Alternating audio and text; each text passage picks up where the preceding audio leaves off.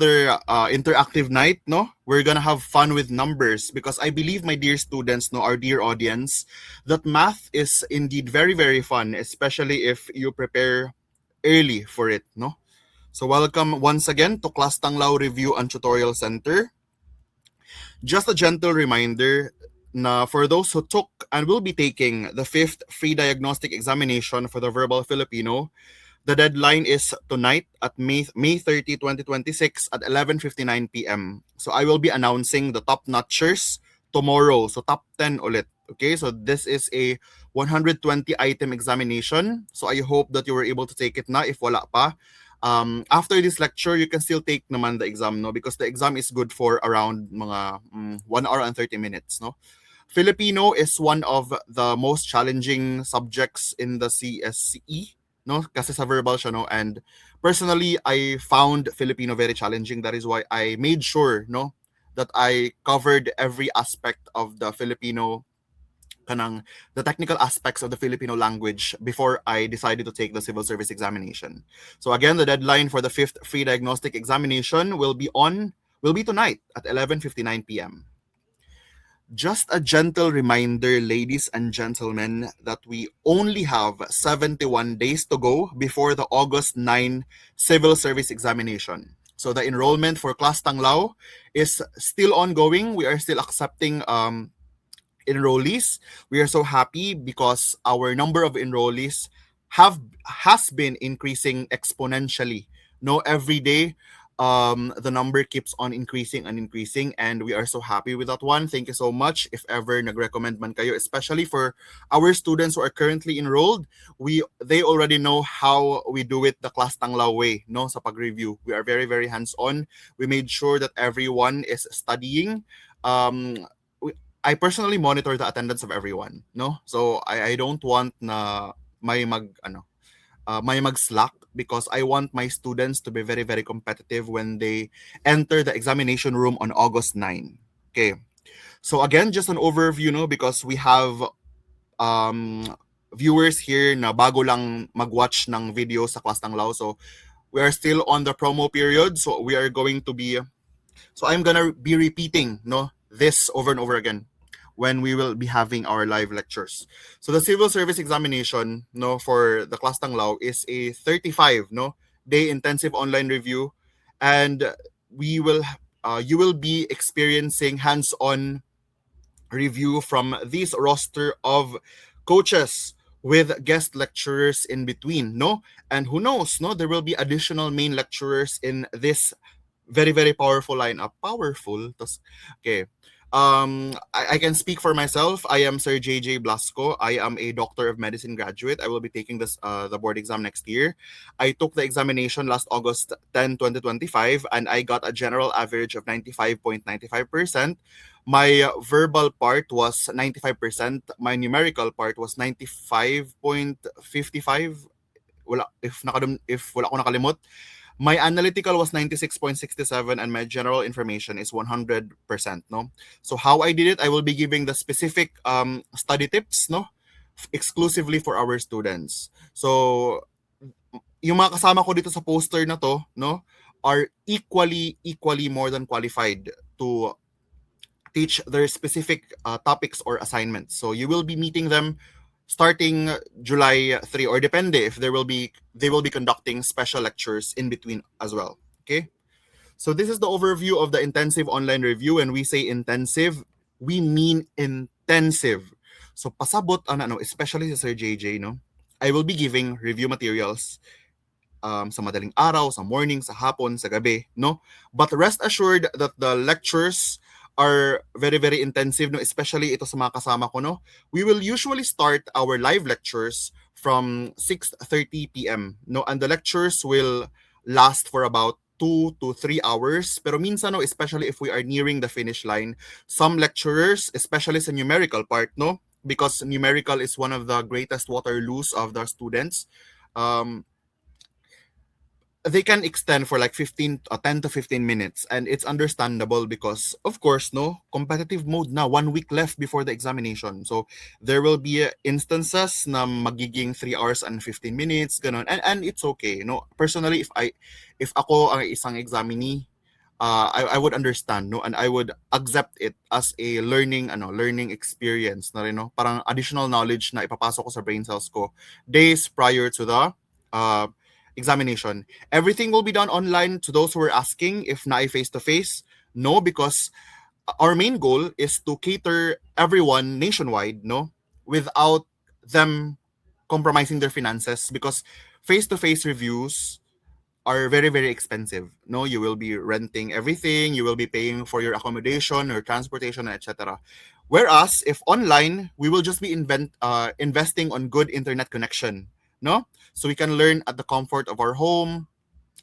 We can learn at our own pace and at our own time, because for example, we will be having our live lecture for tonight, pero some of our students are still working. Sir, na replay? The correct answer is yes. Everything will have a replay, everything will be recorded, so you can watch all of the lectures later on, no, if vacant na kayo. Okay? But before July 3, no, hindi ibig sabihin na like yung nag-enroll no, nagsitting pretty lang, no, like walang ginagawa, naghihintay sa July 3. The answer is capital No. No, because actually my students now, those who are currently enrolled, no, in the program, they are very busy answering a lot of short quizzes, the diagnostic exam that I mentioned earlier, and the mini lecture videos that we uploaded. And I will be explaining that later on, no? So in short, no, while waiting for July 3, Class Lao has a bridging program. What does a bridging program mean? It means that we try to test the weak spots of our students, so that by July 3, alam na namin, we can still tailor the topics that we will be teaching our students, because alam na namin kung saan sila medyo mahina and saan sila medyo malakas na. Okay? So, my students now are very, very busy. Shout out, no? Hindi ko pa nakikita yung comment section. But this is, itong starting July 3, this is gonna be the most intensive out of all the intensive days sa Class Lao, no? We will make sure that your 500 pesos will be all worth it, no? Sir, naapay additional pag final coaching? No. 500 pesos, lahat na yun, no, including the bridging program that we're currently having right now. So if you decide to enroll tonight or tomorrow, no, do not hesitate to message us in the page kung saan tayo nagla-live ngayon. Okay? And then, sir, makakahabol pa ba kami? Like, tonight pa kami nag-enroll, makakahabol pa ba kami sa everything?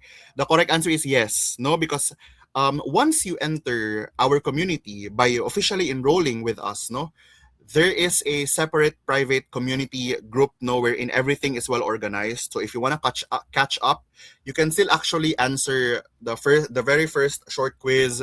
You still can answer the very first diagnostic examination. You can still have access to the very first lecture video, to all of the handouts. Everything is well organized. Okay, so the step one, no, if you decide to be with us, is to message our page for more questions, because we are, as much as possible, no, we try to be very very responsive, but of course, no, there will be moments na medyo na-delay because the influx of inquiries is overwhelming at times, but we try our very best to reply to everyone as fast as we can. Okay, so thank you very much for your extended understanding. No, but my students are witness to how accessible and responsive the admins are sa civil service examination under Class Lao. So this is the overview. There will be an official orientation, I believe, on July 2 regarding the intensive online review. So once again, if you're interested, if you want to be part of us, if you want to experience a very hands-on training towards becoming a civil service eligible, no, on August 9, then I can personally vouch that Class Lao is the way to go, no? So again, message the page for more details. So experience hands-on in mentorship in Class Lao. So why choose us? No? Why? Because we have intensive lectures. All of the lecturers are more than qualified, no?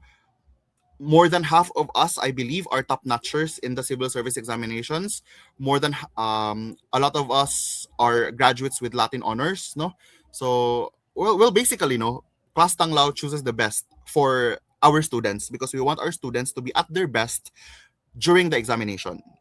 So aside from the intensive lectures, so just like what I mentioned earlier, merong mini lectures now. No, we are currently, kapila na mini lecture. We are pang 20 plus na yata na mini lectures, no. What does mini lectures mean, no? Ang pasabot ana, we upload very, very short videos lang, no? Tinag 5 minutes, 7 minutes, 10 minutes of a particular topic. For example, how to add fractions, how to subtract integers, how to multiply fractions, how to convert a fraction to a mixed number, etc., etc., etc. Para mas maka-focus yung students, no, because I know that studying can consume our attention span, and I believe that through short videos mas makaka-focus yung student na mag-aral doon sa particular topic na yon. And then every mini lecture there is a corresponding short quiz to assess if the student actually learned something from the mini lecture, and the answer keys will be or I mean the key answers will be shown later on, and everything will be ranked, because again, the branding of Class Tanglao, no, we aspire na our students will be at their best. So we want our students to give their best to be on top, no, because aminin man natin o hindi, the civil service exam is a competition, it's a national competition. A lot of you want to be part of the government force, no, the we all want, those who will be taking the civil service examination want to be part of the government workforce. So it is a competition. So we want to be competitive and we want to win. Okay. So diagnostic tests. Now we are on our 5th diagnostic tests. Every diagnostic test merong free live rationalization. Pero yung rationalization, yung first half lang yung available sa public. Then yung second half will be shown live exclusively to our students who are enrolled in Class Tanglao. So mock exams will happen in the intensive period. Handouts will be given every now and then. So it is well organized. No, you can actually scroll it up sa community chat. You will learn all of these things once you get enrolled na sa amin, no? And of course, ang pinagmamalaki ko under Class Tanglao is that our community is very, very supportive, no, and I believe that my students can attest to that, no. The staff or the admin is friendly, no.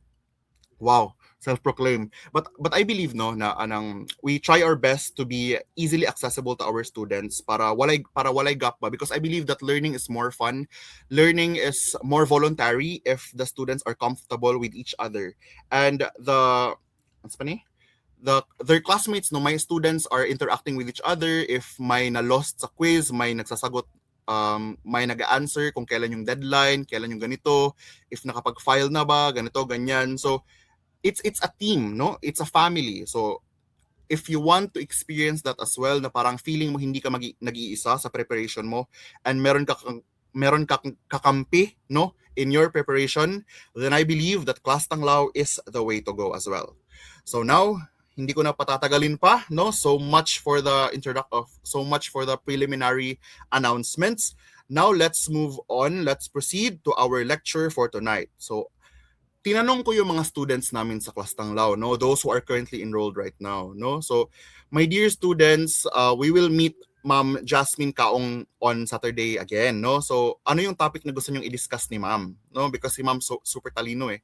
Magna cum laude, civil service eligible, and aside, of course, di ba, pag magna cum laude ka, automatic may civil service honor graduate eligibility.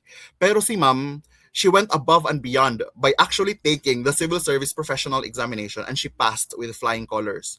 So we are so lucky to have Ma'am tonight. So ang napili ng mga students namin ay ratio and proportion, and I understand why, no? Because sa numerical na part sa civil service examination, they are so fond of asking ratio and proportion, no? So tonight, we are so happy to have Ma'am Jasmine Kaong once again, as she will discuss everything basic about ratio and proportion. So everyone, let us give Ma'am Jasmine Kaong a virtual round of applause. Ma'am, the microphone is yours. Wait lang, I'm gonna stop. Thank you so much, Sir JJ. I hope my voice is loud and clear. Good evening to all our viewers in our Facebook page. Welcome to Class Tanglao Review Center. So I think I'm gonna thank the Class Tanglao for having me once again, because last time we had RH problems, no? So this time my topic is all about ratio and proportion. So allow me to share my screen muna. Yan. So for tonight, we will be learning ratios and proportion from scratch. So I believe it's already everyone is quite familiar with this one, no? Kasi bata pa tayo during our elementary days, we have already encountered this one, no? So actually, sabi nila ne, ratio and proportion daw is one of the easiest topics in mathematics. Agree kayo? Kasi daw, yung reason nila is that it is something we already use in our daily lives. So every time when we dine with our friends, when we divide our food, di ba? Nag-divide tayo ng food with our friends. When we compare prices, or when you're baking a cake, you're following a recipe. If one cake, how many kilos of flour or eggs? During those events, no, hindi natin namamalayan, we're already using ratios and proportions. And that's what we're going to learn for tonight. The problem is not that mathematics is difficult, actually. Technically, the problem is that many of us, we try to memorize formulas without understanding the pattern behind them. So last week I had patterns. So in ratios and proportion also, we also have pattern to follow. And that's exactly what I want us to avoid today. Yung hindi tayo mag-memorize ng formula, we have to understand the pattern behind every statement, no? So just like what I always tell my reviewees, stop memorizing. We should start understanding the pattern. So today, complex algebra isn't welcome here. Kasi yung topic natin, if you can divide cookies or share candies, you will master ratios and proportion. Let's make this your favorite section of the test. So our discussion for tonight is actually simplified lang siya, no? From scratch talaga siya. So let's start. Yes. Now, what is a ratio? Alam niyo yung ratio, no? So before jumping into solving conclusions, let's learn muna what is ratio. So ratio, it has three key components, no? It's all about comparing things, the order matters, and whole group review. So, isa-isahin natin. Ano ba yung comparing things, order matters, whole group view? Now, for ratio, a ratio is just a way to compare the amounts of two different things using simple numbers. It's basically comparing one group to another. So example, if a bowl holds 3 apples and 2 oranges, we are comparing apples to oranges. So, if we're going to compare how many apples, how many oranges, we can definitely say, there are 3 apples and 2 oranges. Yun, nagko-compare na tayo ha. So, that is ratio. Now, the order matters. Back. Sabihin natin, the order of the words tells you the exact order of the numbers. Basically, ito yung tatandaan natin sa ratio and proportion. No? I want color red. I think. Sabi dito, the order daw of the words tells you the exact the exact order of the numbers. So, kung sino yung una sa mga words na mention, yun din yung nauuna sa number. Let's take this one. The ratio of apples to oranges is 3 to 2. So, ano yung naunang na-mention? Diba si apple? Tsaka na si oranges. So therefore, yung sa order din ng numbers, definitely pareha lang yan. Ito yung para kay apple, ito yung para kay oranges. Sabihin natin for word, numbers to numbers. So si apple, sabihin natin siya si letter A. Letter A yan ha. Then si oranges is si letter B. So words for words. Then 3, so numbers to numbers, sabihin natin ito yung si letter A. Tapos, ito si letter B. Diba? So, the order of the words, si apple is 2, 3. There are 3 apples. Tapos, oranges, for 2. So, it is really important to na matandaan natin na kung ano yung nauna na word, yun din ang order ng para sa number. Okay? So, pag sinabi natin, but yung oranges to apples is 2 at saka 3. No? Next, sa whole group view, we can also compare a single part to the entire total amount. Diba kanina yung kino-compare lang natin is that ratio of apples to oranges is 3:2. So meaning my three apples and my 2 oranges. We can also compare a single part to the entire total amount. Yun yung tatandaan natin. Kasi there are questions in the civil service exam na hindi talaga siya specific part lang yung hinihingi. Minsan, sinasabi na what is the ratio of apple to the total number of fruits. Yun. Ito yung sinasabi ng whole group view.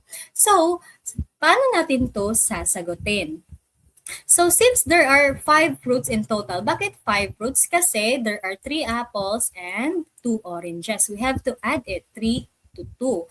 So there are 5 fruits in total. So the ratio of apples to total fruits, how many apples are there? There are 3. So colon, to total fruits, we have 5 fruits. So ito yung sinasabi na whole group view. But later on, we will be discussing more of that, ano? Now, there are 3 ways to write ratios. So, the first one is to writing with words. Basically, with words lang siya.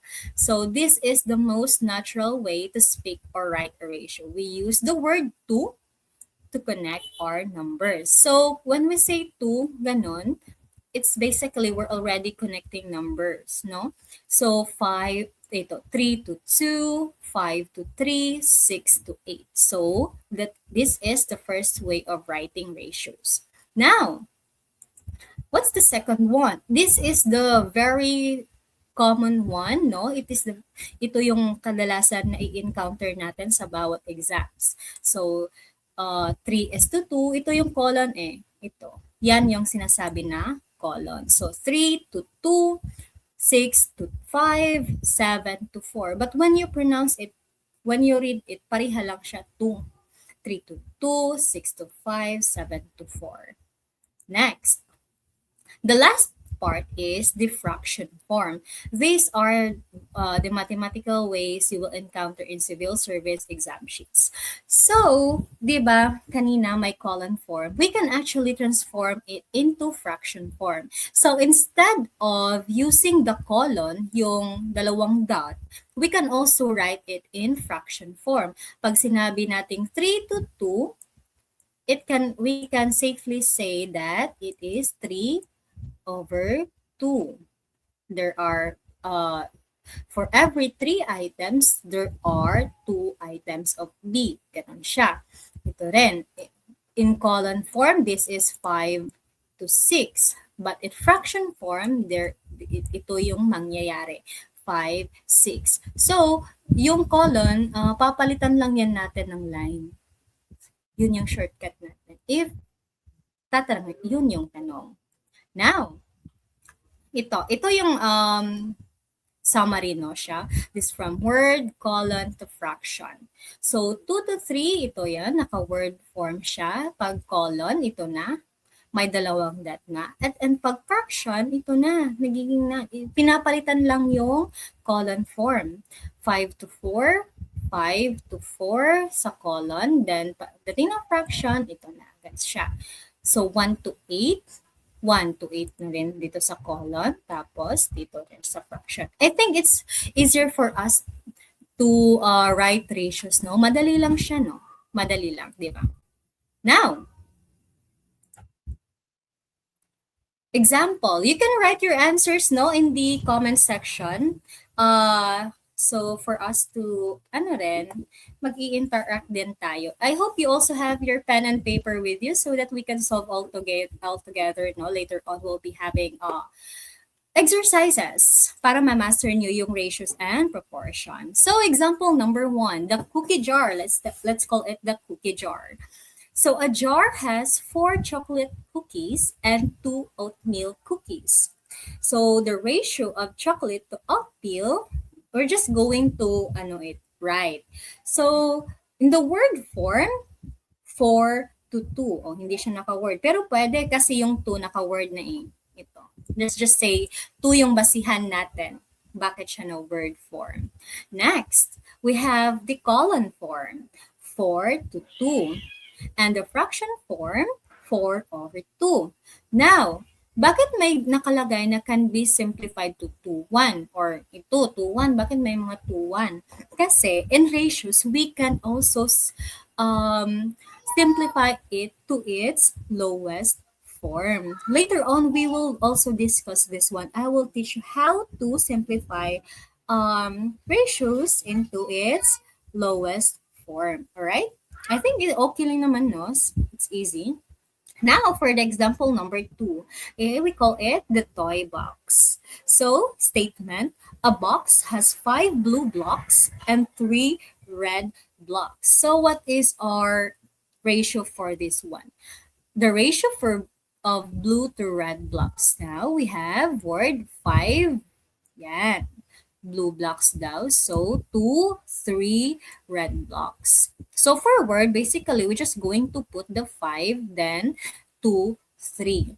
And for the colon part, ito, 5 for blue blocks, colon, 3 red blocks. And for the fraction, 5 over 3 or 5, 3. Yan, no? So, it's easier for us to write, to interpret the statement of ratios to its word form, colon form, fraction form. But later on, kadalasan kasi for the given statement are in word form. So therefore, we just have to transform it to its colon form or fraction form. Now, next. Now you try in the comment section, no? So in a pet shop window, there are 4 fuzzy puppies and 5 fluffy kittens. Write the ratio of puppies to kittens. So write your answers in the comment section. Colon form. In colon form lang siya. Ang hihingin ko, colon form lang, no? Colon form. So what is the ratio of 4 fuzzy puppies and 5 fluffy kittens? So write the ratio in colon form. You can write your answer in the comment section. I'll be reading all your comments. Yan. May si Ma'am Rose nag-answer 4 to 5. Si Ton, hi Zan, 4, 5. Leslie, 4, 5. Yes. Yes. Very good. Ang gagaling ng ating audience. So, yan. So, since I asked for the colon form, yes, our answer is 4 to 5. Perfect. Now, let's proceed. Next example. On the kitchen table, a fruit bowl holds 6 yellow bananas and 7 red apples. Write the ratio of bananas to apples now in fraction form. Okay, now in this example, write it in fraction form. So on the kitchen table, a fruit bowl holds 6 yellow bananas and 7 red apples. Write the ratio of bananas to apples in fraction form. Ayan, galing talaga. Rose Marcos, siya talaga yung nauuna, no? Sa pagsagot.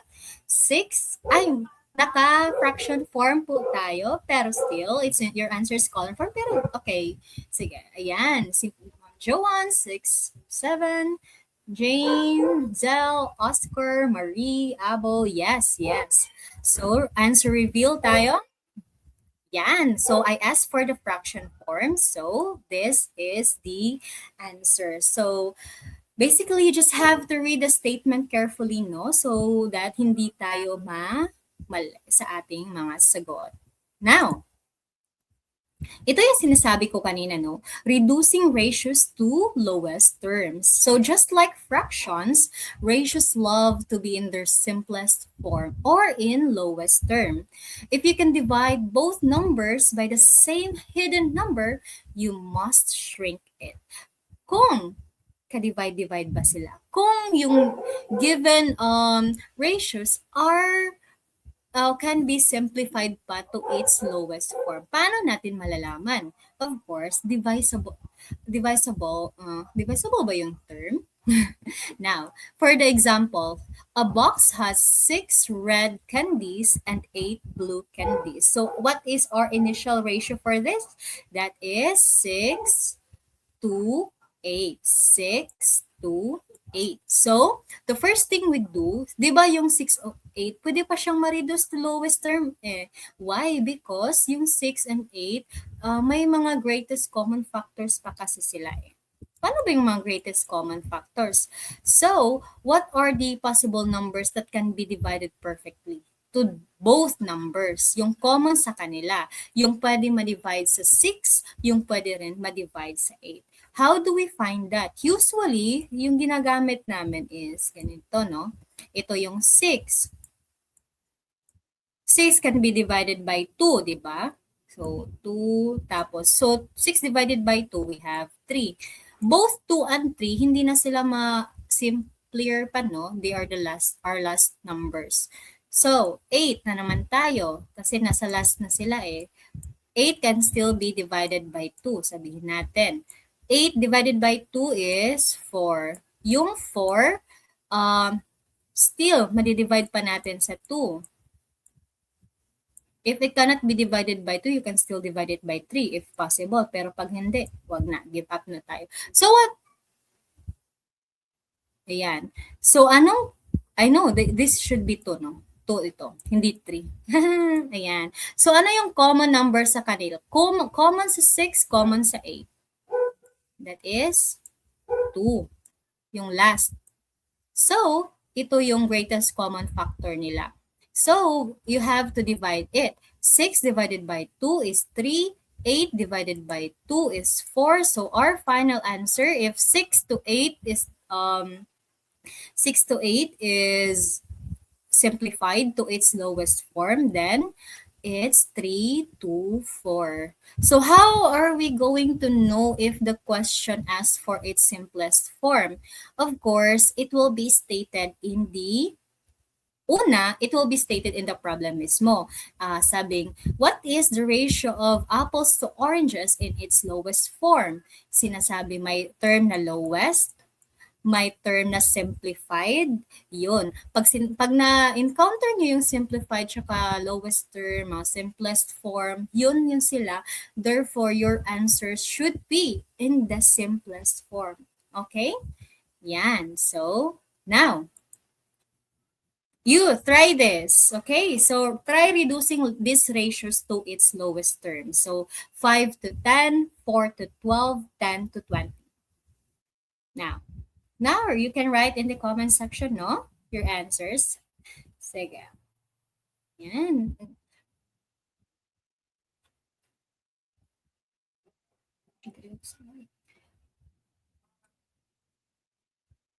So, first, you have to find the greatest common factor of 5 tsaka 10. Una, what is their greatest common factor? So, ito naman sa 4, ano yung pwede sa 4 na pwede din sa 12? At saka, yung sa 10, aramin yung 10. At saka, ano yung pwede sa 10 na pwede din sa 20?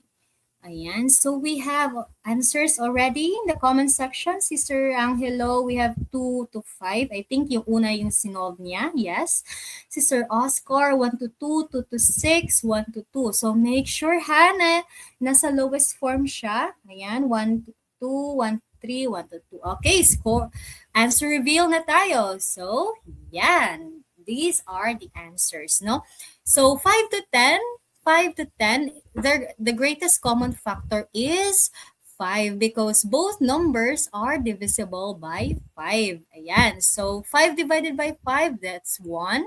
10 divided by 2, that's 10. So now for 4 to 12, both numbers are divisible by 4, di ba? So, isa ito sa common technique, no? Huwag niyong kalimutan. We're not going to focus only for 2, yung sinabi ko kanina. Pero, pag yung first nga, yung first number, pwede siyang ma-divide dito, yun yung gagamitin natin. Pag pwede. Pero pag hindi, doon tayo sa 222, 333, try natin. Pero, kung pwede siya ma-divide, then ito na, possible na siya na yung GCF natin. So, just like the 10, di ba yung 10, 20 can be divided by 10. So, therefore, pwede 10 yung ating, ito na yun na yung given na siya. So, divide both by 10. So, that is 1, 2, 2. Okay, so halos tama ba yung sagot? You can check your answers. Yan, di ba? Now, we're done with the ratios. So you already know how to write ratios, no? With the given statement. First things first, recap lang natin na kung ano yung nauna na word, yun din ang corresponding number niya is yung nauna din na na-mention. Kung sino yung kasunod, yung kasunod din na number yung na-mention. So if apple is to oranges, so therefore 3 is to 2, yung 3 is for apple, 2 is for oranges. Okay? So don't forget, no, yung order, pinaka-importante talaga yung order. If kasi pag nabaliktad na natin, nagkakaiba na, naiiba na yung daloy ng ating problem, ng ating solution. Kasi later on, mag-i-inverse na tayo. So, let's talk first with proportions. So, in proportions, this shows how relationships grow bigger or smaller. So, let's see how recipes, toys, and shopping stay in equal balance. Bakit? Para saan ba yung proportion? Actually, yung proportion is two equal ratios. It's simply a statement that two ratios are completely equal to each other. I bet you're familiar, no? Ito, example natin. 1 is to 2 equals to 5 is to 10. Yan. This is an example of proportion. So, sinabing two equal ratios. Bakit sinasabi natin equal ito? Because when we simplify 5 to 10, di ba, yung when we reduce it to its lowest term, magiging 1 to 2 na siya. So, they are equal. So example, another, if one balloon costs 5 pesos, then two balloons cost 10 pesos. So both relationships are perfectly equal. Paano nasasabi natin na they are perfectly equal? So we're going to write it in ratio form na muna. So, column form tayo ngayon, ha? If one balloon costs 5. So, one balloon costs 5 daw. Then, sinabing then, two balloons cost 10. Tama ba yung proportion natin? How are we going to check it? Now, of course, ito ito, nasa simplest form na siya, si 1 is to 5 kasi hindi na natin siya ma-GCF, no? Wala na siyang greatest common factor. What about the 210? Kaya pa ba natin to siya i-simplify? Of course, because 10 can still be divided by 2, di ba? So, 2 divided by 2 is 1. Then, 10 divided by 2 is 5. Yan. Ito yung sinasabi natin na yung proportion daw is simply a statement that two ratios are completely equal to each other. Kahit tataas pa ang value nito, kahit aabot pa siya ng 1,000s, 2,000s, pero when you simplify it to its lowest form, babalik at babalik siya dito. And that is proportion. The equivalent of simply two ratios. We are comparing two equal ratios. Now, the recipe rules. So, think of baking. Sino ba dito sa inyo ang mahilig mag-bake? Medyo blurred po sa akin. Oy, sir, baka sa signal. Baka sa signal po yan. O, sige. Now, sino dito sa inyo yung mahilig mag-bake? Diba?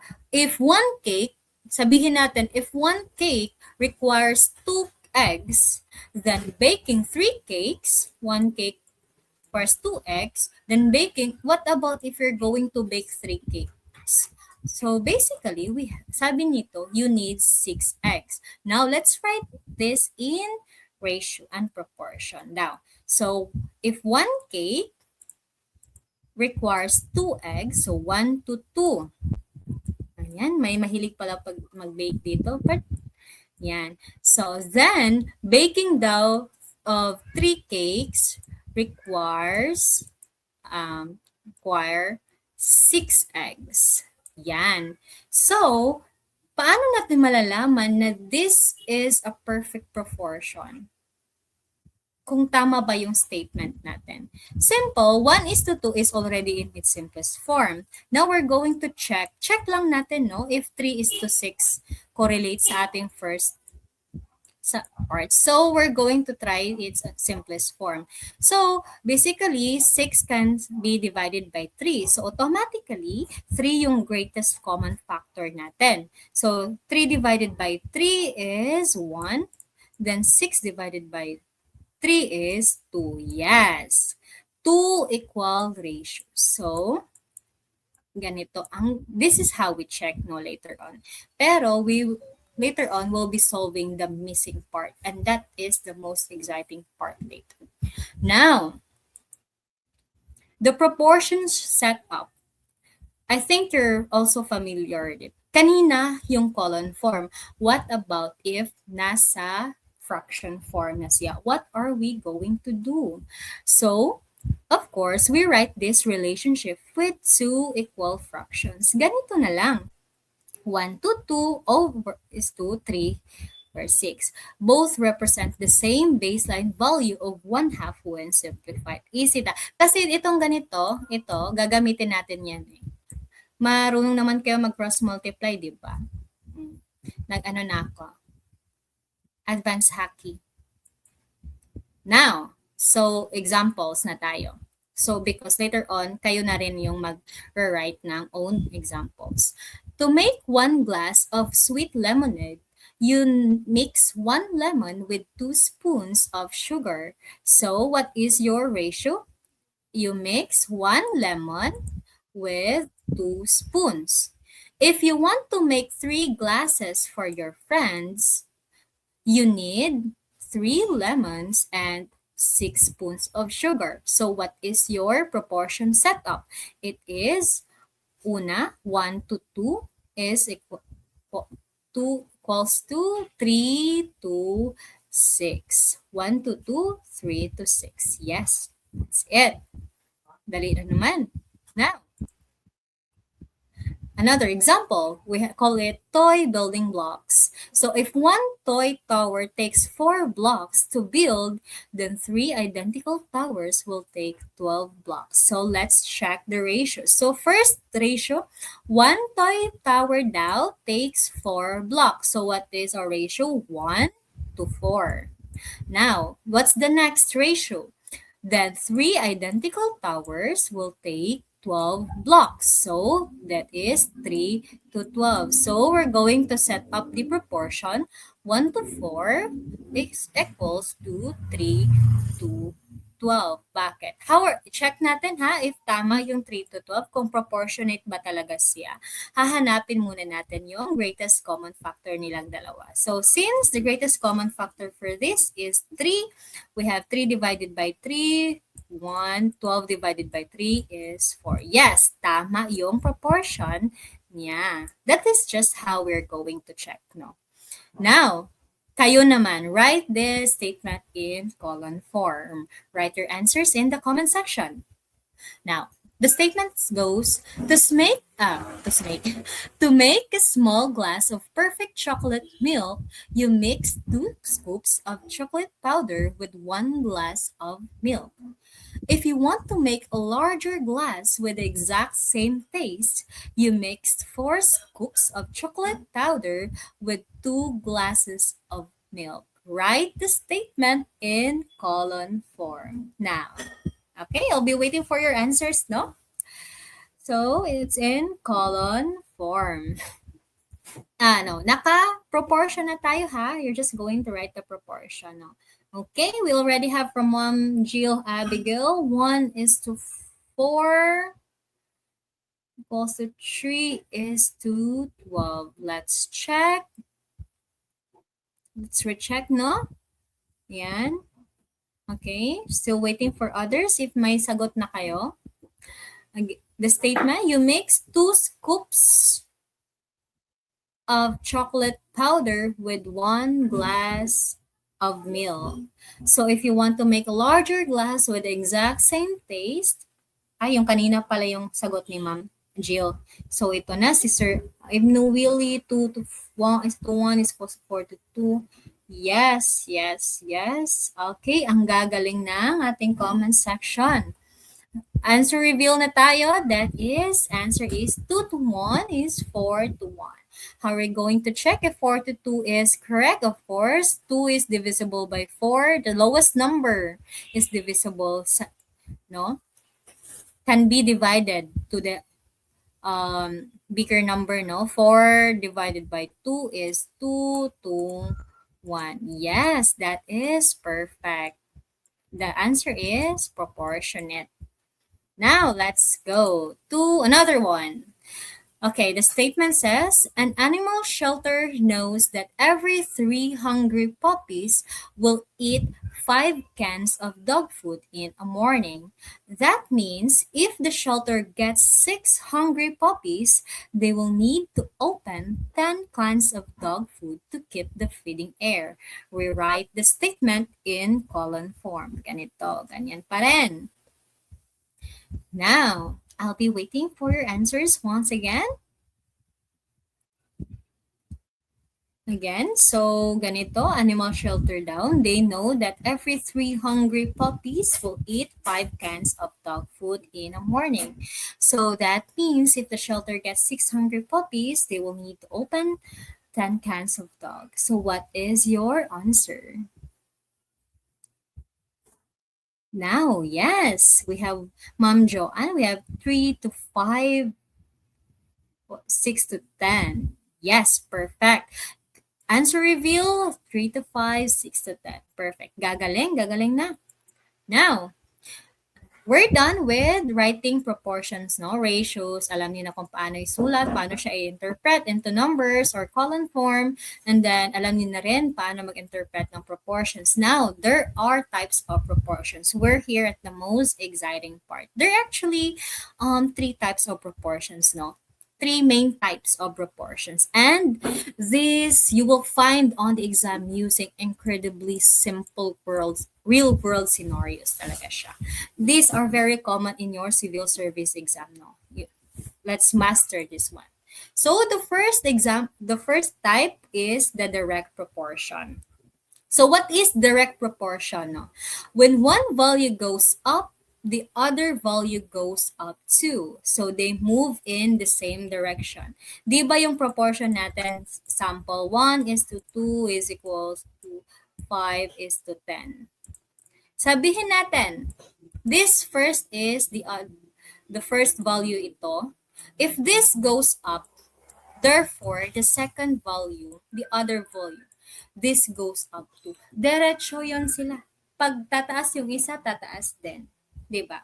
Yun yung direct proportion.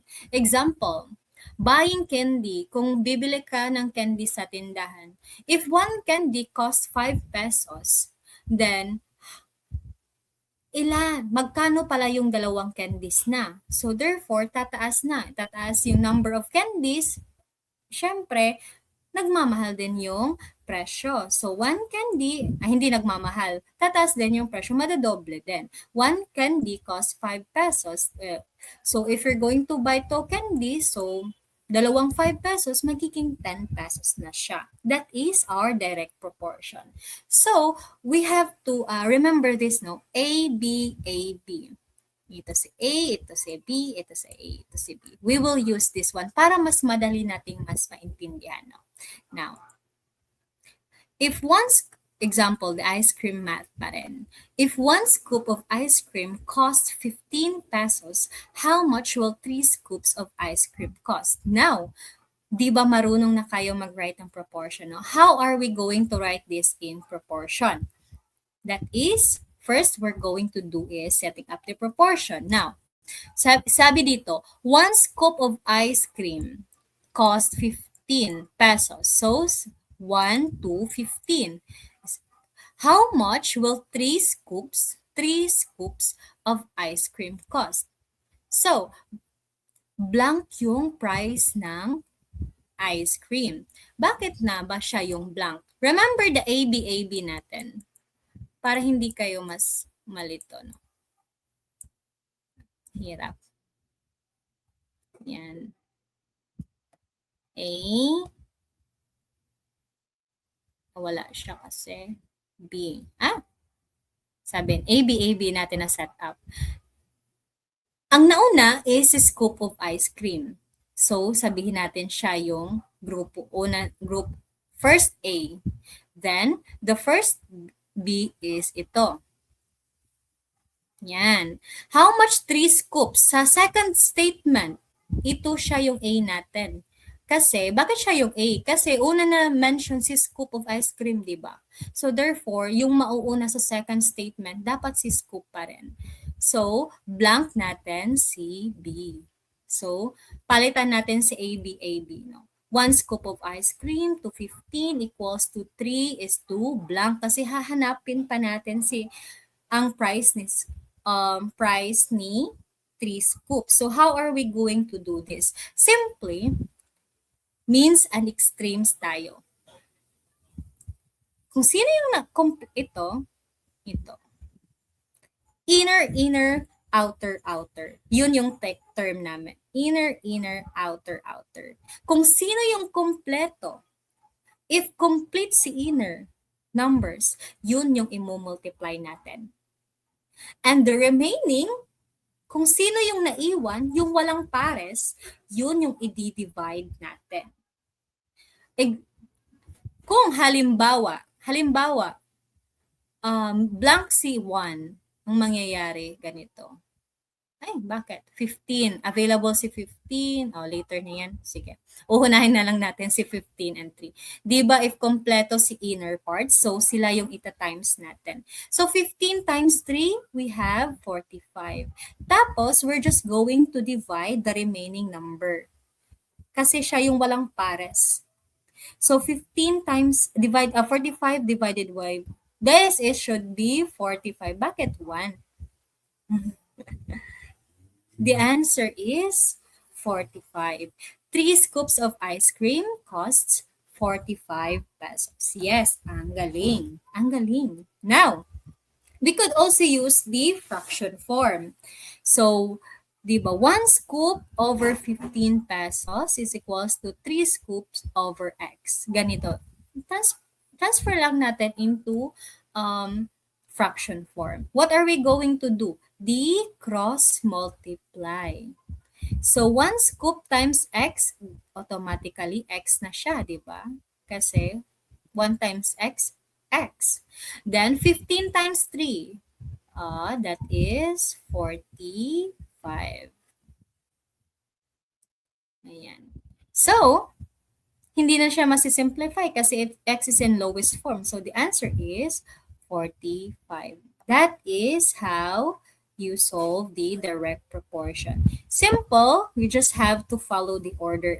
Kung ano yung unang na-mention, yun yung anong unang word na na-mention, yung corresponding na number, yun ang nauna, yun din yung equivalent niya.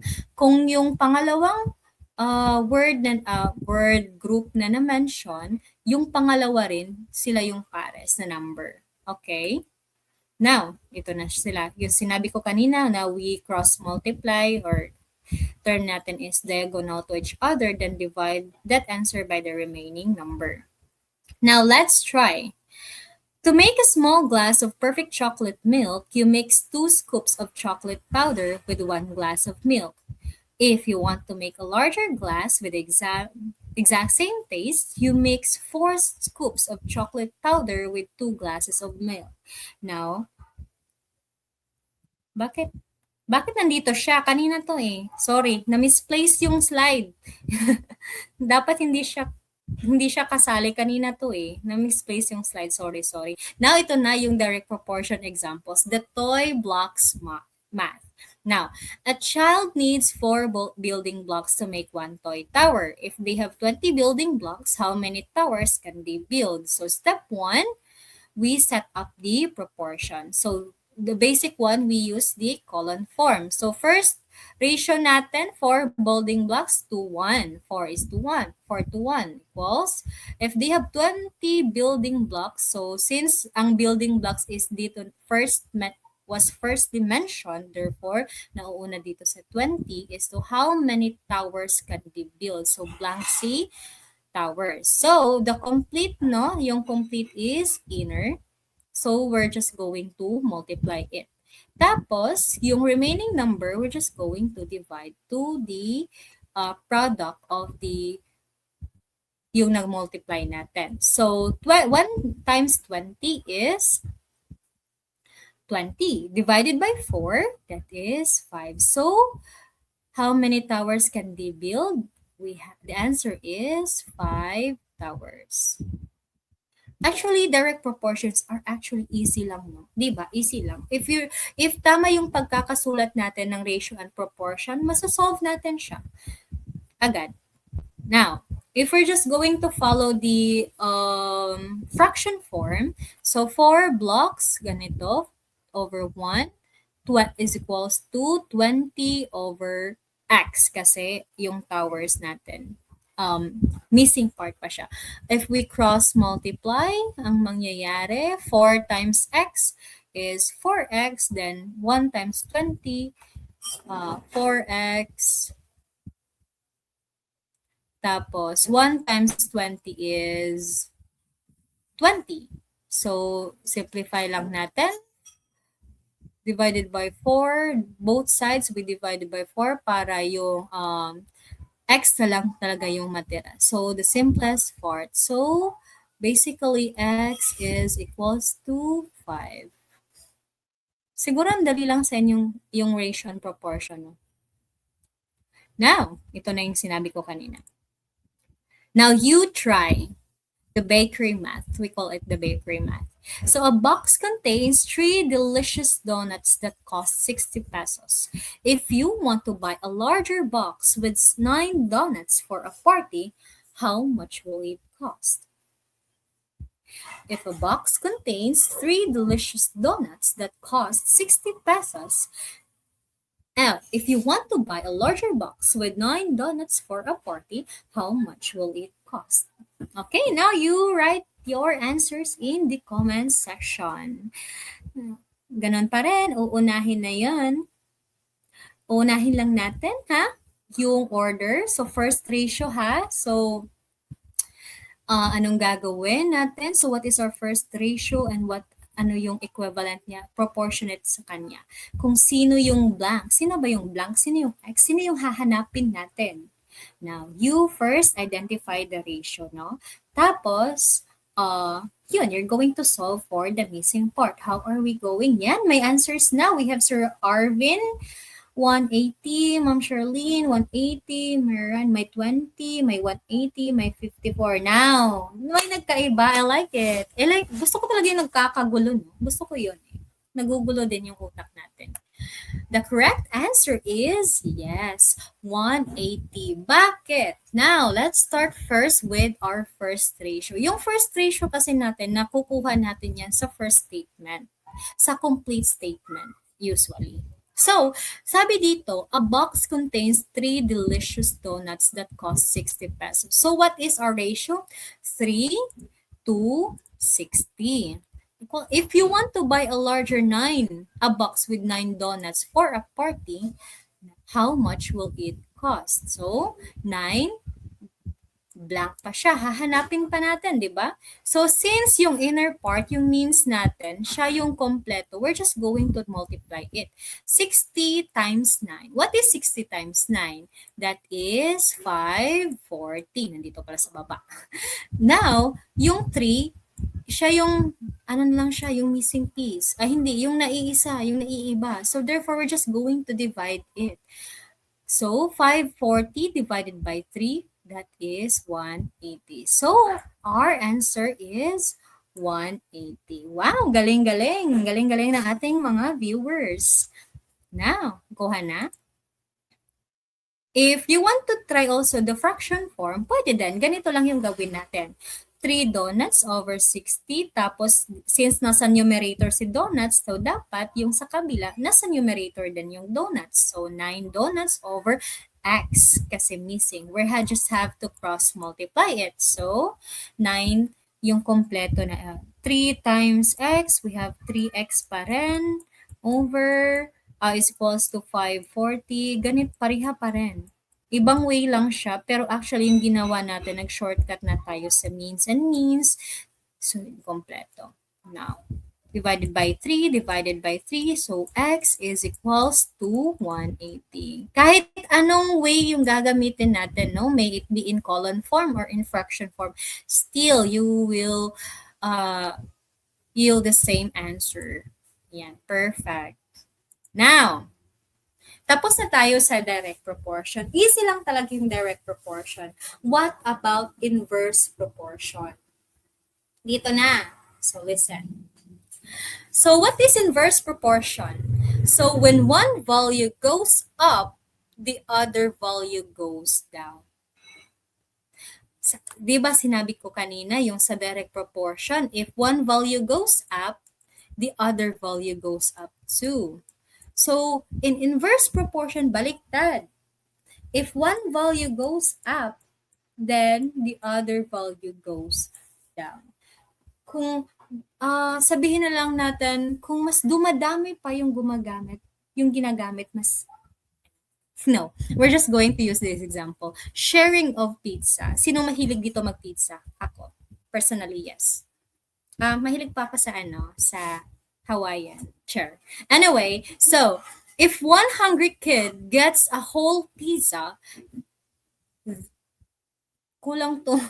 So, makakakain yung bata ng 8 slices. Kung ako sa akin lang yung isang whole ng pizza, sabihin natin there are 8 slices sa pizza. Akin lang yan. Ako lang yung kumakain. Ako lang yung kumakain. So, therefore, I get the whole slices. Pero, pag yung kaibigan ko, sinamahan niya akong kumain. 2 na kami. So, we just have to divide it. 4 na lang yung sa akin, 4 yung sa kanya. 'Di ba? Dumadami ko yung kumakain, yung kinain din namin kumukonti. So, if we are 4, if I have 3 other friends, so 4 na kami kumakain ng pizza. So, yung 8 slices, we just have to divide it from equally to each other. So, therefore, we can only get 2 slices each. So, that is the point of inverse proportion. If one goes up, ito. If one goes up, the other value goes down. Diba? Now, we have to use other examples pa para mas malinawan tayo. Now, in cleaning the yard, example, if 2 children take 6 hours to clean up a yard, how long will it take 4 children? This kind of question is very common in civil service. I guarantee you. Maraming ganito. So, pag sabihin natin 2 children daw, nalilinis nila yung yard for 6 hours. Paano if 4 children? Mas dumadami yung yung children na maglilinis ng yard. So therefore, technically, maiisip na rin, ay, mas marami na yung naglilinis. So, mas madali na lang yung oras ng paglilinis. Diba? So how are we going to solve this one? Now, option 1, what we're going to do, we keep groups together. What is that group? Group, yung children to children, ours to ours. Diba? Now, i-group daw natin sa children to children, then ours to ours. So, hindi na siya, hindi na, actually, inverse na to eh. There are two ways, no, to solve this one, no. I'm just going to share the first one, tapos i-share ko din yung second option, pero sana hindi kayo malito para sa inyo na to. So, the first option is we keep groups together. Just a reminder, this is different from direct proportion. Yung direct proportion kasi, we just have to write the ratios all together, no? Madali lang. Pero yung sa inverse, kabila. We have two options na magagamit to solve this one. So, the first option is we keep groups together. So, children to children, then ours to ours. So, if we have children, 4, 2, 4, the x to x. So, what is our complete? Kompleto ba yung inner part? Hindi. So, ito yung outer part, 2 and 6, kompleto sila. So, therefore, 6 times 2 is 12. 12 divided by 4, 12 divided by 4, ang mangyayari is 3 hours. Kasi nasa inverse na tayo. Kung gagamitin natin yung previous natin na ginamit, yung sa direct proportion, tataas at tataas pa rin yung hours. Pero nasa inverse na tayo, meaning pag dumadami yung number of the first part, so therefore, the second part, hindi na siya bababa ang value. Yes, may nag-answer na 3 hours, may nag-answer na 1.5 hour. Hala, let's check. So, what is the other option pala? What is the easiest option? Ito yung shortcut ko before. I don't know if this is applicable to all direct inverse proportions, no? Pero ito yung ginamit ko before. I'm just going to share it to you also, no? So, pag nabasa natin, if 2 children and 6 hours to clean up our yard, how long will it take for children? Oh, this is an example of inverse proportion. So, anong gagawin ko? So, I just have to multiply yung given. Yung sa first part. I-multiply ko lang yan. 6 times 2, 12. Tapos, i-divide ko automatically itong yung given isa. So, divided by 4, 6 times 2 is 12. Divided by 4, then it's 3. Diba? Mas easier. Pero, let's try it with another. I-try natin mamaya ha kung applicable ba to sa iba. Pero, we're just going to follow first with our option 1 wherein we keep groups together. So, example number 3. We call it sharing candy. So, statement. If 2 kids share a bag of candies, each gets 6 pieces. If 3 children share it, how many pieces will each get? What do you think is the answer? Mamaya na tayo yan. So, we're just going to find it all together. Now, we have to keep groups together, no? Ano ba yung kompleto natin? Kids or children, pareha lang. Children, it should be kids. So, sige. Kids, children, and children, yun yung grupo natin. So, tapos yung isang candy is missing.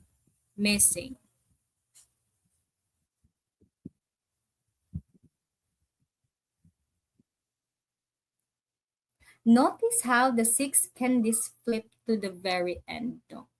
Bakit siya na-flip? Because we are in the inverse proportion. Look at this. Nakalimutan ko siyang i-introduce. Look at this group of, ano ito, yung guide ko pag nalilito tayo.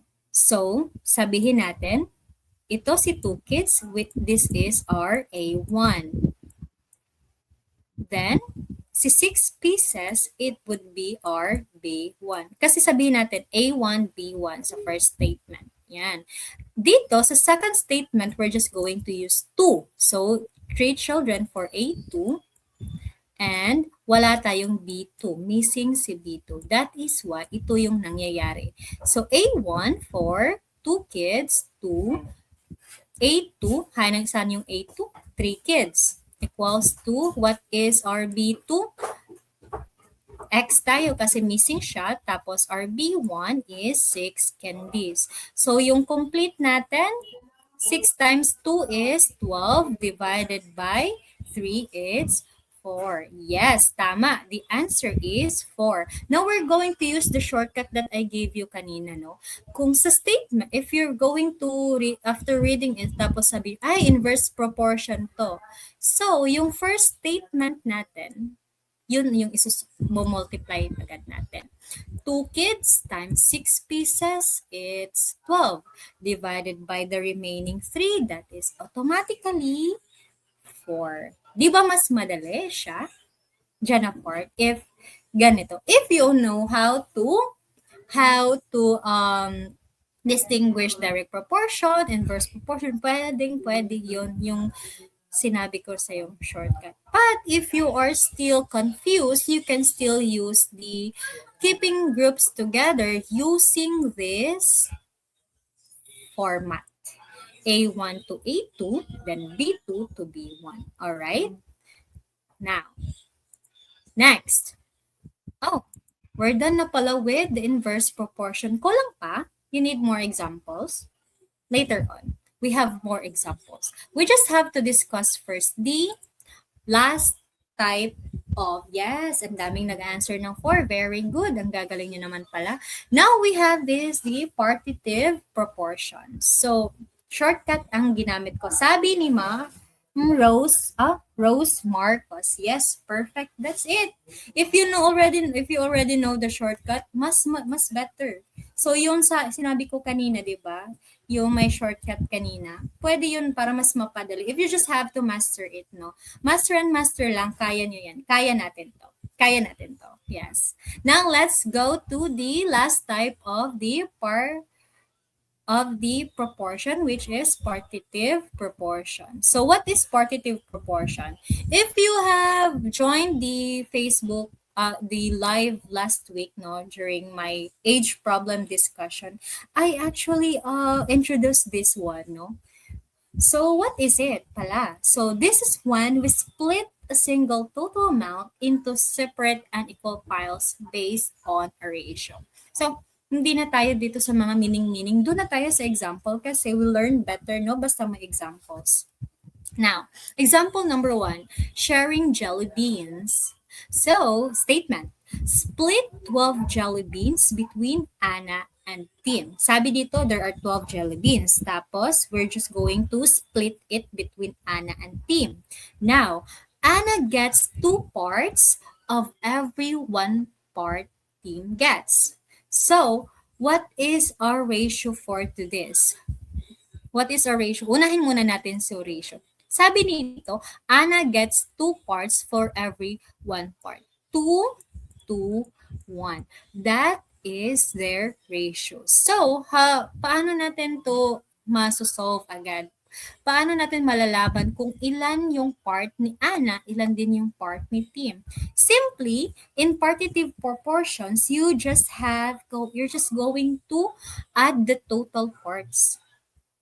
Ito yung parts First part, then second part. So, the total parts, 2 plus 1 is 3 parts. So, then, the value of 1 part, how are we going to know? The total parts, yung na-plus natin, we're just going to divide it sa total number of yung na-mention. Di ba yung na-mention is 12 jelly beans? 12 jelly beans. So, dyan natin i-divide yung total parts. So, there are 12 jelly beans divided by 3 parts. So 12 divided by 3, there are 4 jelly beans. So meaning, and every one part may 4 jelly beans. So, how are we going to distribute this one to Anna and to Tim? Sabi dito, Anna gets 2 parts. 2 parts times 4 jelly beans is equals to 8 jelly beans. Sabi dito, si Tim daw gets 1 part. So, 1 part times 4 jelly beans, 4. So 8 plus 4 is total is 12. So Anna gets the 8 jelly beans and Tim gets the 4. So mapapanood po ba to after live? Yes, mapapanood po ito, Ma'am Rachel. Anyway, so to go back, the only possible way to solve partitive proportions is to add the total parts. Simple lang talaga siya mag-add ng total ng mga parts, no? You just have to identify the ratios, no? The ratio in the statement, you're just going to add it, tapos i-divide mo siya sa total number na binigay sa statement. Pag so sinabi na may 12 jelly beans daw, tapos yung parts is 2 part and every 1 part or ratio of 2 to 1, you're just going to add 2 and 1. So the total is 3. So yung 3, i-divide natin siya sa 12. So ito na yung nangyayari. 12 divided by 3 is 4. Then after that, we're going to distribute it to all involved persons, sabi dito. So, Anna gets 2 parts daw. So, 2 times 4 is 8 and Tim gets 1 part. So, 1 times 4, the answer is 4. Did you get it? Now, okay. Next na tayo.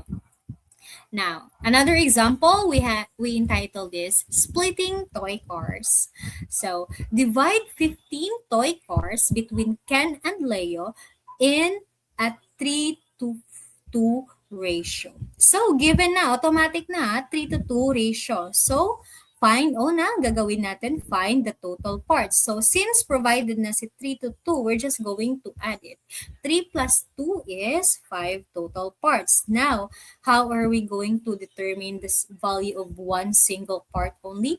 We just have to divide this one sa total number na given statement. So, dito 15 toy cars. So, 15 toy cars divided by 5 parts.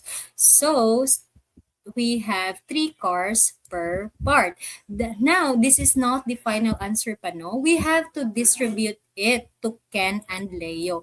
Ilan ba yung marireceive ni Ken? Ilan din yung marireceive ni Leo? So, you're just going to multiply it. So, 3 parts. Sabi dito si Ken, for 3 parts times 3. So, total of 9 cars. How about Leo? So, dito si Leo, ito yung portion Leo had, 2.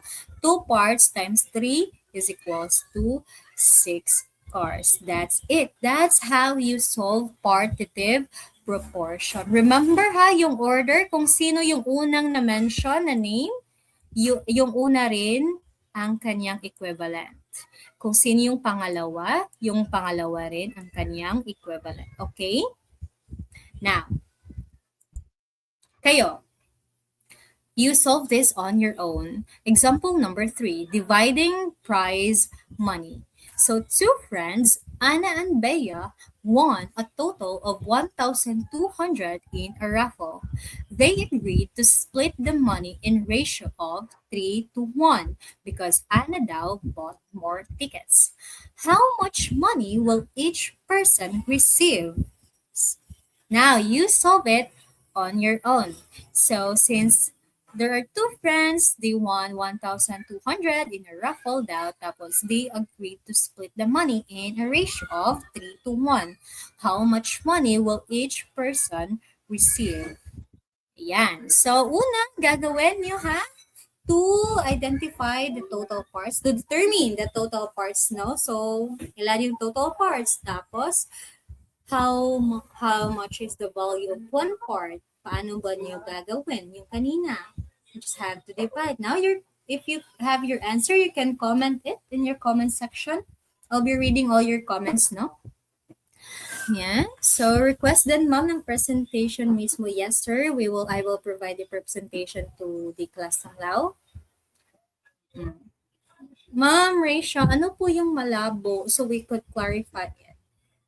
So, 900, Ma'am Catherine answered 900 and 300. Anna for 900, Bea 300, Sir Arvin, si Ma'am Ryan, Mary Ryan, Annie Mary, yes, Mel Mark, Magdalena, oh, na-over lang pagsulat ng zero si Sir Wenright. Okay, ayan. So, yes, answer reveal na tayo. The answer is yes. Anna gets 900 and Bea gets 300. Wow. Yes, yes, yes. Madali lang pala. Now, next. Example 4. A farmer has a piece of land where he wants to plant a total of 150 vegetables. He wants the ratio of tomatoes to carrots to be 2 to 3. How many of each vegetable should he plant? Ayan, next na tayo. Iwan, thank you so much for answering. Wow, wala talagang na no? Tama lahat. Yeah. Oh, perfect. I am reading your comments now then naman. Now, we have the example 4 na you can write your answer pa rin. Sabi dito, he wants to plant a total of 150 now. And then he wants the ratio of tomatoes to carrots to be 2 to 3. How many of each vegetables should he plant? Okay, so step 1, anong unang gagawin? Remember, anong unang gagawin? We have to add the total parts. Then, we need to, after that, we need to find the value of one part. Then, distribute it to kung sino yung involved na person or na things or na bagay. Basta yung na-mention ni na group. Ayan, may answer na. Ay, nagbisaya. Ayan, si Ma'am Grace, nauna, tomatoes 60, carrots 90, Angel Aubrey 60-90, Melmar 60-90, si Sir Arvin Kamatis 60, carrots 90, Paolo, ang dami niya, ang bilis. Can review naman, ayan. Ayan, so, how? Answer reveal na tayo, yes. How many total parts? 2 and 3. We're just going to add it. So, therefore, it's 5 total parts. Sabi dito, there are 150. So, yung 5 total parts natin, i-divide lang natin sa 150. So, there are 30 vegetables per part. Now, we have to distribute it sa tomatoes. Sabi dito, tomatoes daw 2 and carrots 3. So, sa tomatoes muna tayo, 2 parts, 2 times 30, 60 tomatoes. Then carrots, 3 parts, 3 times 30, it's 90 carrots. Wow, ang bilis, ang gagaling. Yan. Ang gagaling. We're almost done naman pala. Okay, ito, another one, another example. Ang gagaling nyo eh. So, another example tayo. School allowance. So, let me read to you the statement. A father gives his 2 sons total weekly allowance of 500. Because the older brother has higher commute expenses, the money is divided between the older brother and younger brother in a ratio of 4 to 1. How much does each brother get? Di na po siya gawan natin ng greatest common factor kasi hindi ko naman siya inas. Diba? Mag-GCF lang po tayo if yung kanina, no, yung sa kanina, mag-GCF lang tayo once it is, as sabi, how much is the, simplest form. Yun. Pag may simplest form or what is the simplified value of the ratio, yun na tayo, mag-greatest common factor. Now, to go back sa example number 5. So, you have answers, si Sir John Ring. Ay, no, may nauna pa. Si John, 400, 100. Yes, Ma'am Aubrey. Yes po. Mapapanood pa to. Yes, mapapanood. Sir John Lee, 400, 100. Ang dami na agad. 400. Yes. Answer reveal na agad. Yan. So, older brother gets 400 pesos. Tapos si younger brother gets 100 pesos. Bakit? Review lang natin, di ba there are total 4 and 1. So, add lang natin yung total parts. 4 plus 1 is 5. Tapos, i-divide lang natin sa 500. So, 500 divided by 5 is 100 per part. So, i-distribute natin sa ratio. Si older brother daw ay may 4. So, 4 times 100 is 400. Then, si younger brother daw ay 1. So, 1 times 100 is 100. Yan, ang gagaling. Gagaling. Now, okay, ito na. May practice quiz na tayo para sa lahat. You can comment your answers, no? Ito, the questions here are like specifically tailored na for civil service. These are like, mai-encounter niyo talaga siya sa civil service. So, the first practice quiz question. A classroom has 12 male students and 15 female students. What is the ratio of female students to male students in its lowest terms? In its lowest terms. A, 4 to 5. B, 5 to 4. C, 12 to 15. Or D, 15 to 12.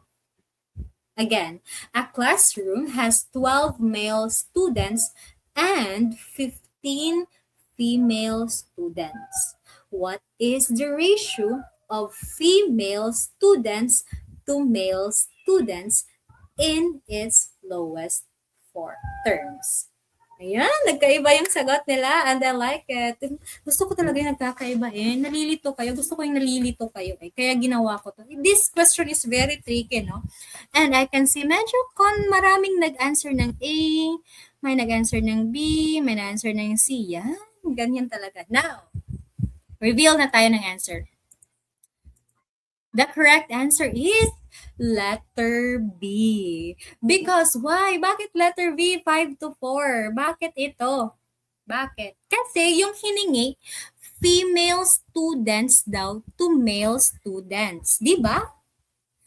Female students to male students. So, how many female students are there? Mauuna yung female eh. Yung inas is, what is the number of female students? So, you have to follow the order. Female ha? Nauna yung female. So, how many female students? There are 15. Ayan. Nalito kayo. Now, male students. Ilan ba? 12. Tapos, ano yung as? Lowest term. So, what is the greatest common factor? Both are divisible by 3. So, 15 divided by 3, that is 5. 12 divided by 3, that is 4. Ayan. So, we have to read each statement carefully, di ba? Yan. You have to read, no? Medyo nalito kayo. So, ayan. So, wag tayong magpanik. Huwag tayong magpanik, no? Ay, kaya ko to, kaya to. Dapat you have to read the statement carefully kasi dyan talaga. Yan, may mga tricky questions talaga. Yan. Next. Number 2. An office printer prints 18 black and white pages and 24 colored pages. What is the simplified ratio of black and white pages to colored pages? What is the simplified ratio? Ayan. A, 3 to 4, 4 to 3, 2 to 3, 6 to 8. Ayan. Yan. I'm reading your comments, no? Na easy lose points. Ay, yes. Okay. Hindi na binasa, diretso na nag-solve. No, you have to read carefully talaga. Diyan tayo eh.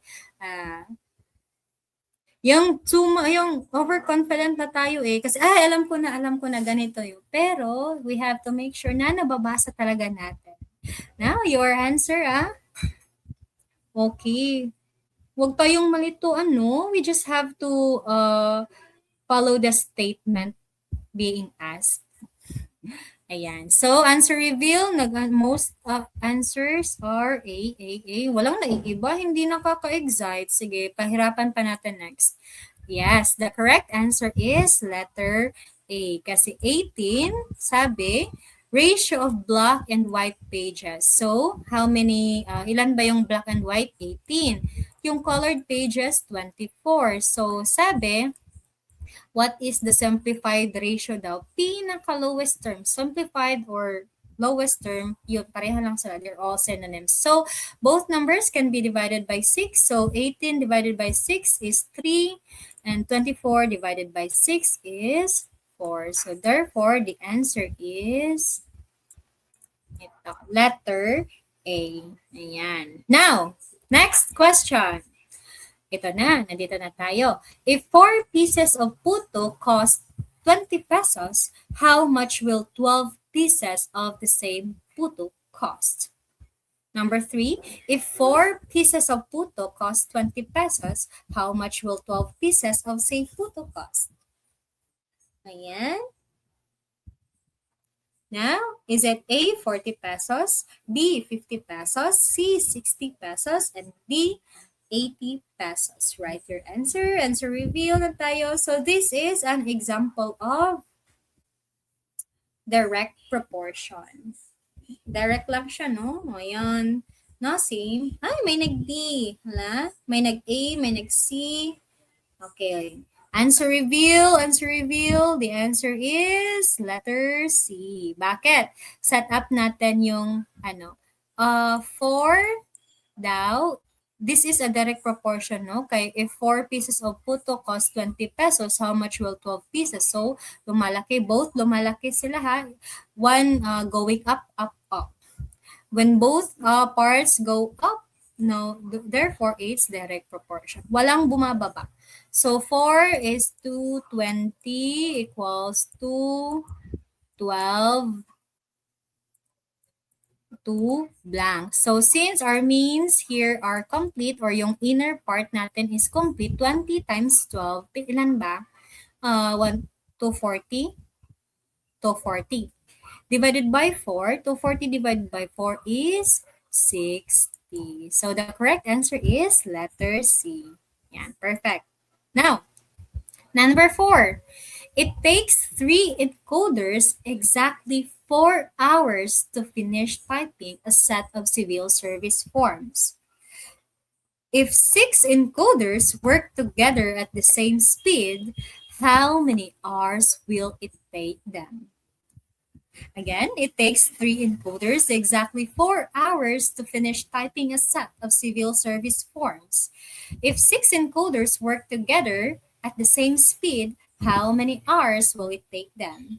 A, 2 hours, B, 3 hours, C, 6 hours, and D, 8 hours. Ayan, hindi na siya yung direct proportion, no? Kasi tumataas na eh.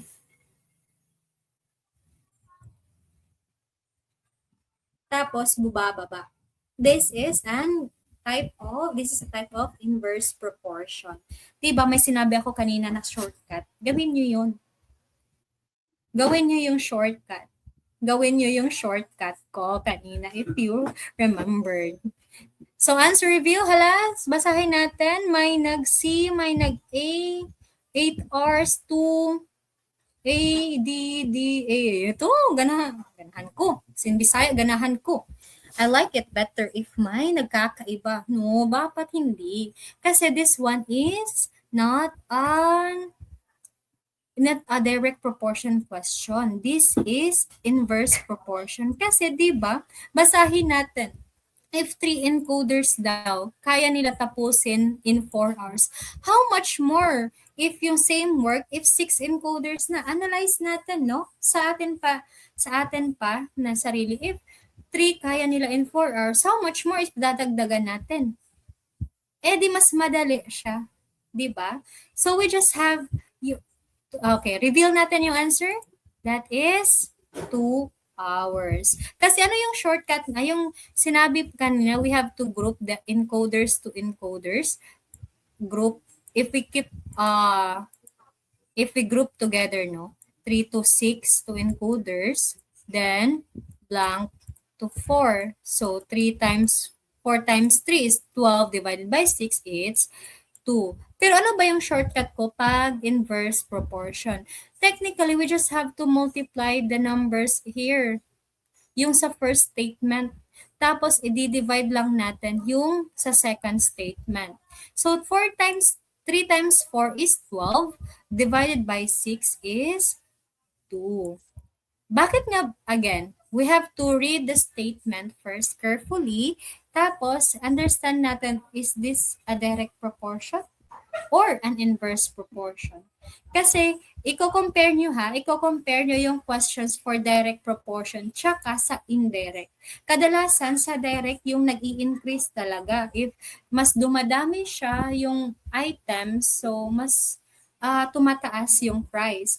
Yung sa indirect is dumadami yung una, dumadami yung gumagawa, yung encoders, so bumababa yung oras. So, isipin na lang natin na if 3 encoders can do it in 4 hours, how much more if may 6 na? So, this is indirect. So, you have to do, if you want to do the shortcut, you're just going to multiply the numbers here sa taas, yung sa first statement, then you're just going to divide the second in the number in the second statement. That is your shortcut. Sabi, maniid lang jud. Yes, maniid lang jud. Maniid lang jud tayo. Now, in item 5. A father wants to divide 1,500 between his 2 children in a ratio of 3 to 2. How much money will the child with the larger share receive? A, 500 pesos, B, 600 pesos, C, 900 pesos, or D, 1,000 pesos. So, ayan. Given na siya, parang alam na natin to madali lang sa inyo ang ganitong question. A father wants to divide 1,500 between his 2 children in a ratio of 3 to 2. How much money will the child with the larger share receive? Basahin ng mabuti yung tanong. What is being asked? So, you have your answers. May nag-C, may nag-900, C. Oh, yan. The correct answer is letter C, 900. Yes, tama siya. Why? We just have to add the total parts, no? 3 plus 2 is 5. So, we're just going to divide 1,500 by 5. So, 1,500 divided 5 is 300. So, distribute lang natin. 300 times 3 is 900. Tapos, 300 times 2 is 600. What is being asked? Larger share received. Sino yung mas malaki? So, our answer is 900. Walang pumalya? I hope walang pumalya dito, no? Now, question 6. Malapit na tayong matapos. A piece of ribbon measuring 90 centimeters is cut into 3 smaller pieces in the ratio 1 to 3 to 5. What is the length of the longest piece? Ito, tatlo na yung given. Kaya nyo yan. A, 10 centimeters, B, 30 centimeters, C, 45 centimeters, and D, 50 centimeters. Paano ba? Pag tatlo na, huwag kayong malito. Just use yung natuturo ko kanina na you just have to add the total parts. Same pa rin, huwag tayong malito, no?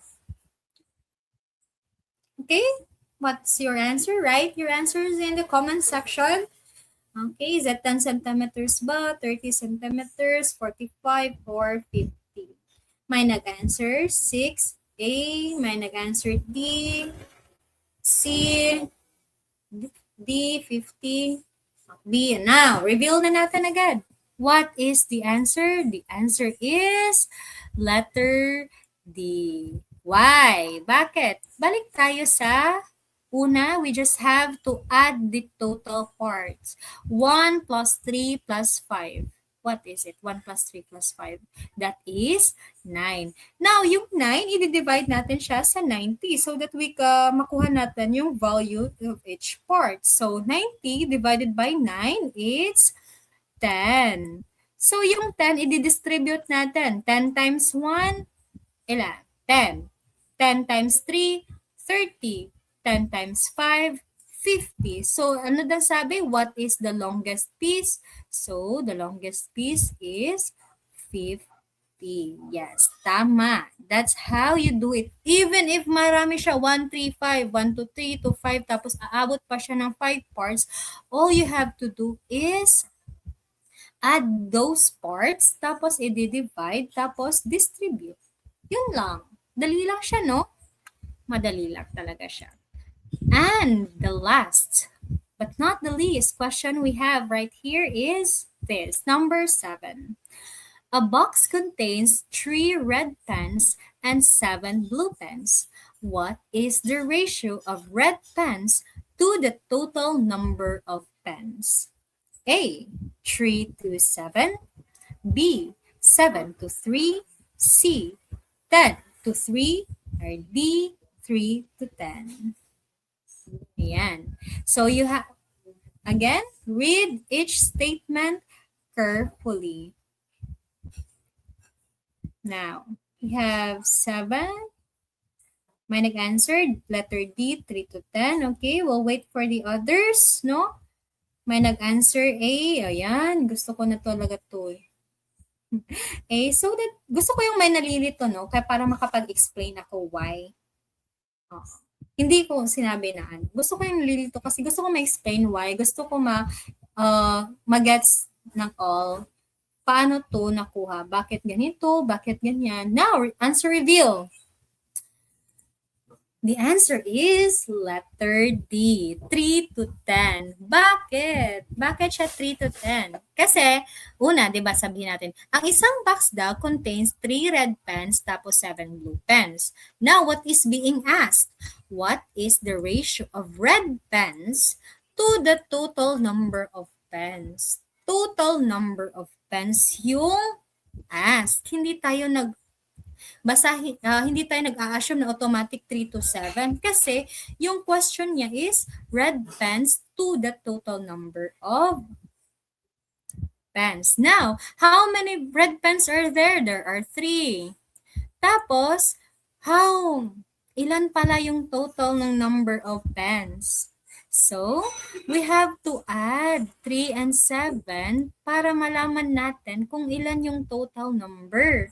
So, 3 plus 7 is 10. Diba? Ayan. So, that is why our answer is letter D. So, the very first thing na pinaka-importante sa ratio and proportion is you read the statement carefully. Diba? Yan. Hindi tayo magpapadalos. Do you have any questions? And I guess that ends our lecture for the ratio and proportion. Nagets niyo ba? Nagets ba ng all? May nalito pa kayo so that pwede natong balikan or ano ba? I think nalilito kayo sa direct and indirect, no? But on your own, pwede kayong makapag-practice at your house. So you can search online what are the examples of direct proportion, what are the examples of indirect proportion. You can compare and contrast ano pala yung kinagkaibahan nila. Oo, yun lang yung gagawin nyo. Tapos, practice and practice. Magigets nyo rin, masasanay din kayo. Then, you have to practice yung technique ko sa indirect. Mas madali talaga siya, di ba? Okay, mas madali lang yung sa indirect eh. Gets na? Ayan. So, nuggets? I love nuggets. I love nuggets too. I hope everyone here gets nyo. Thank you so much for listening and for your very active participation. Ayan. So, I guess that ends my lecture for tonight. Have a good night to all of us. Yes, gets na gets po, pero more practice pa. I think that's it. Thank you so much, Sir JJ. Thank you so much, ma'am. Let's give Ma'am Jasmine a big round of applause. Palakpak. Okay, thank you so much, ma'am, no, for sharing your expertise on ratio and proportion. And I can see, no, how active our students are. Majority of these students are already enrolled in class Tanglao, no? So, thank you so much, ma'am, for your time, and grabe, no, ang galing ni ma'am mag-explain, no? Like everything was so simplified. It seems like she's teaching to kanang para ba, parang grade school, no? Because that's how we learn, no? We really should start from the very, very, very beginning, no? I hope that our students learned a lot, especially those na hindi pa po enrolled sa amin. Again, enrollment is still ongoing, no? If you want to enroll and you hope to pass the August 2026 civil service examination and you want a strong fighting chance, then here we are offering ourselves to you, no? The Class Tanglao Review and Tutorial Center. Gentle reminder that the deadline for the 5th diagnostic examination is tonight. I will be ranking your scores from highest. The top notchers will be announced early morning tomorrow. Pagkagising nyo, may top notcher na. Ganon. Tapos, we're hoping, no, to see Ma'am Jasmine once again in the future, no? Mag-request lang kayo, my dear students, kung ano pa yung gusto nyong ipatopic natin kay ma'am, no? Because personally, I was listening to ma'am the whole time and I learned a lot, no? And what else? Do not forget, for our students who are currently enrolled, do not forget that the deadline for our short quizzes 8, 9, and 10, I guess, murag last night man yata, no? But don't worry, once again, thank you so much, ma'am. Thank you so much, everyone, for your time. I hope that you learned a lot. Kindly share the live video, no, para kahit replay, kahit yung mga nagtatrabaho pa tonight and mamaya pa makakapag-watch ng video, they could still watch and learn, no, the lecture of Ma'am Jasmine Kaong. So if you don't have any questions, then let's call it a night. But if you have questions, do not hesitate. Do not hesitate to message us on our official Facebook page and we will gladly answer your queries. Thank you very much, everyone, and dalay go ng Diyos.